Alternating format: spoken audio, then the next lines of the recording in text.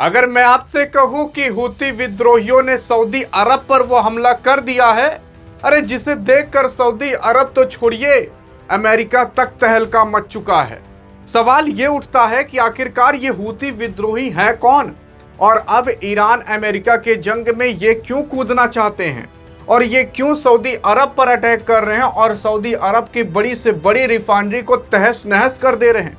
यार जान करके अभी आप दंग हो जाओगे कि वापस से जैसे हॉर्मुज बंद है, वैसे ही एक और रास्ता बंद होने वाला है। और अगर वो रास्ता बंद हुआ तो केवल सऊदी अरब और बाकी तमाम देशों को नहीं, बल्कि सबसे तगड़ा झटका भारत को लगने वाला है। और ऐसा तगड़ा झटका लगेगा जिसे आप और हम कभी सहन नहीं कर पाएंगे। यार अगर आप देखने की कोशिश करोगे तो ये मुद्दा कहाँ का है, कब का है और किस लिए इसकी चर्चाएं हो रही हैं, तो मुद्दा यार ये अभी का ही है। और अगर आप देखने की कोशिश करोगे तो यमन एक देश है, उस यमन के अंदर हूती विद्रोही रहते हैं। ये हूती विद्रोही किसी और का नहीं बल्कि ईरान का साथ देते हैं। सऊदी अरब के अंदर जजान में स्थित सऊदी अरामको करके एक तो वहां पर रिफाइनरी है। वो रिफाइनरी तेल की रिफाइनरी है और इसी पर ही यमन ने और यमन के अंदर जो हूती विद्रोहियों हैं उन्होंने ही हमला कर दिया है। और हमला जानते हो, अरे गोला बारूद से नहीं बल्कि तीन ठो बैलिस्टिक मिसाइल दाग दी हैं। अरे ड्रोन से भी हमला किया गया है। और उसी के साथ साथ सुनिए तो सही, यह हमला सऊदी अरब के द्वारा यमन के बंदरगाह होदेइदा में किए गए हवाई हमले के जवाब में किया गया है। हुआ क्या था यार, समझ नहीं आ रहा, आसान भाषा में बता दो। देखो आसान भाषा में समझो, सऊदी अरब ने सबसे पहले यमन के अंदर अटैक किया था। यमन के अंदर एक ठो बंदरगाह है जिसका नाम होदेइदा है, और इस होदेइदा जब बंदरगाह पर अटैक किया गया तो यमन ने भी सऊदी अरब के अंदर अटैक कर दिया।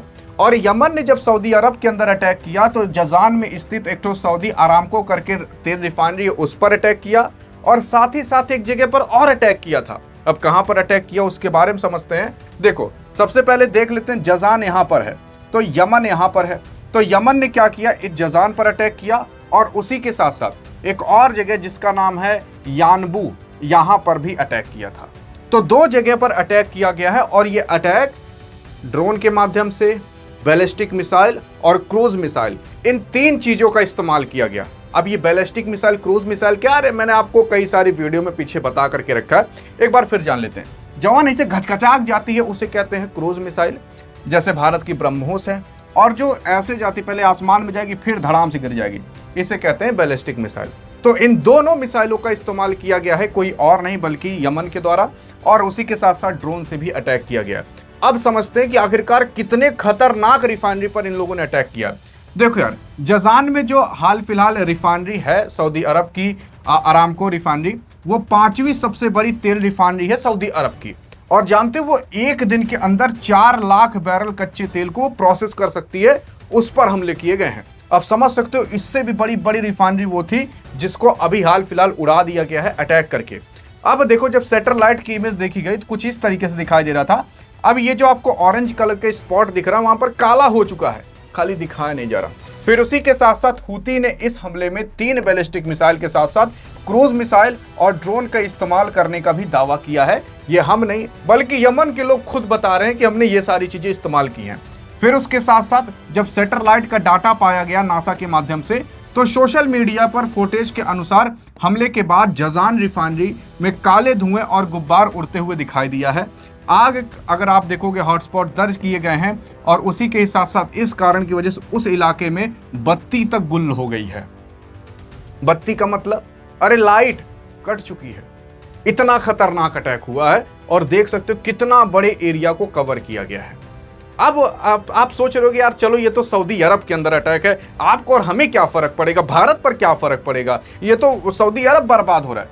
अभी आप पर भी आती है बात, जो आप टंकी में तेल डलवाते हो, अरे गाड़ी के टंकी में, उस पर भी असर पड़ेगा। सुनिए तो सही, हाल ही में रॉयल सऊदी जो एयरफोर्स है, यानी कि सऊदी अरब की जो एयरफोर्स है, वो यमन के अंदर जो होइदा प्रांत है और उसी के साथ साथ कामरान द्वीप है, वहां पर अटैक किया था। वहां पर कहीं और अटैक नहीं बल्कि जो हूती लोग रहते हैं उनके ठिकानों पर अटैक किया था, और उसी के ही जवाब में यहां पर हूती लोगों ने सऊदी अरब के ऊपर अटैक किया है, वो भी एक जगह नहीं बल्कि दो जगह।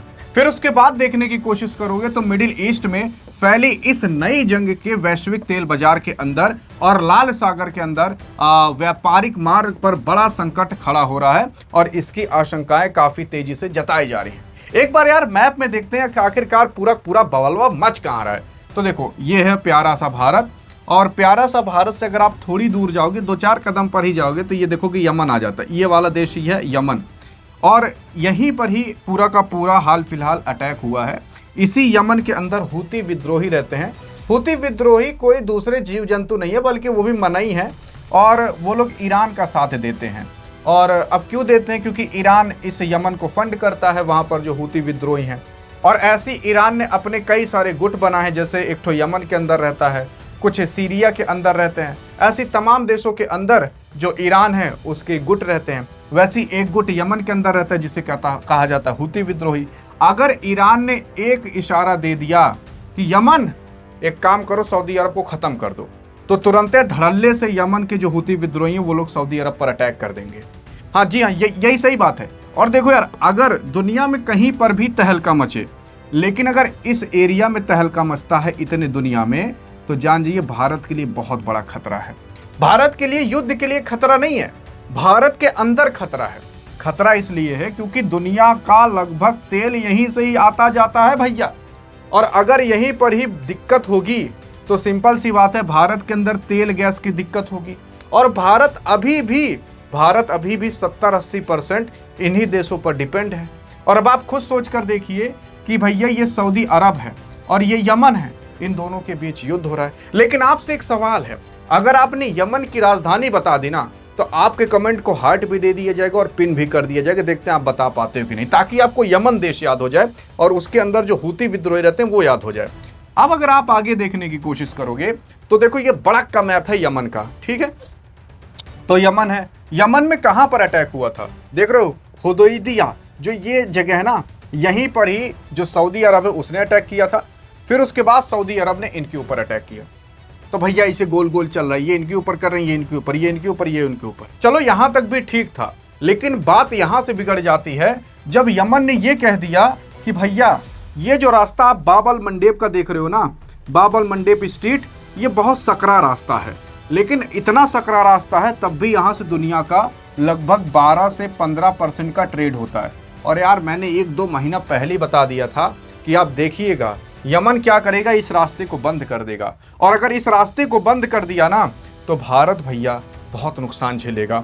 इसलिए झेलेगा क्योंकि मैं अब आपको इस मैप में दिखाता हूँ, ये है वो जगह, ये है वो जगह।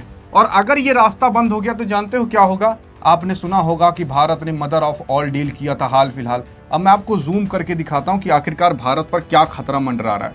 देखो ये भारत है, ठीक है, और ये है यमन, ये है सऊदी अरब, और ये है वो सकरा सा रास्ता। अब इस सकरे से रास्ते को यमन ने बंद कर दिया। अब भारत यार यहाँ से अपना जहाज वहाज लेके आता था, यहीं से लेके निकल के पूरे यूरोप के अंदर अपना ट्रेड व्यापार करता था। अब खुद सोचो, अगर इस रास्ते को यमन ने बंद कर दिया तो भारत का जो कनेक्शन था यूरोप से, इस रेड सी से, इसे रेड सी कहा जाता है, लो लाल कलर कर दे रहे हैं, इसे रेड सी कहा जाता है।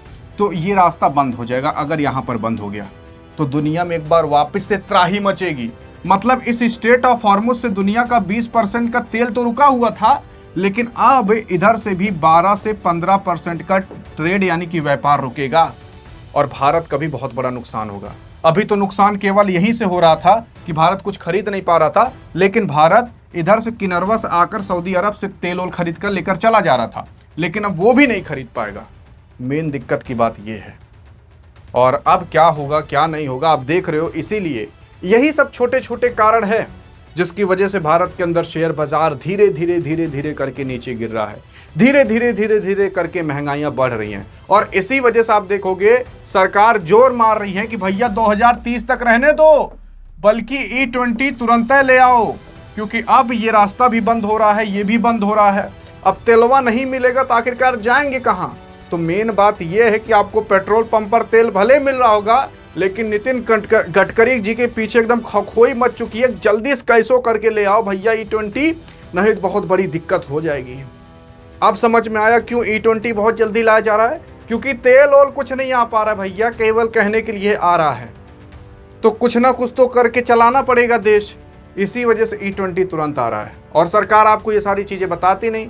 और अब कौन बाबा मंडेव जान रहा है, कौन जान रहा है। और इन्हीं सब चीजों की वजह से E20 लाना बहुत ज्यादा जल्दी पड़ गया, ताकि गाड़ियां ना रुके, खराब भले हो जाएं। तो मतलब कुछ घाटा भी है तो कुछ फायदा भी है। बाकी अब आप क्या कहना चाहोगे इस मुद्दे पर, देखते हैं आपकी क्या राय है। अधिक जानकारी चाहिए तो इस वीडियो में मिलते हैं, तब तक के लिए जय हिंद जय भारत।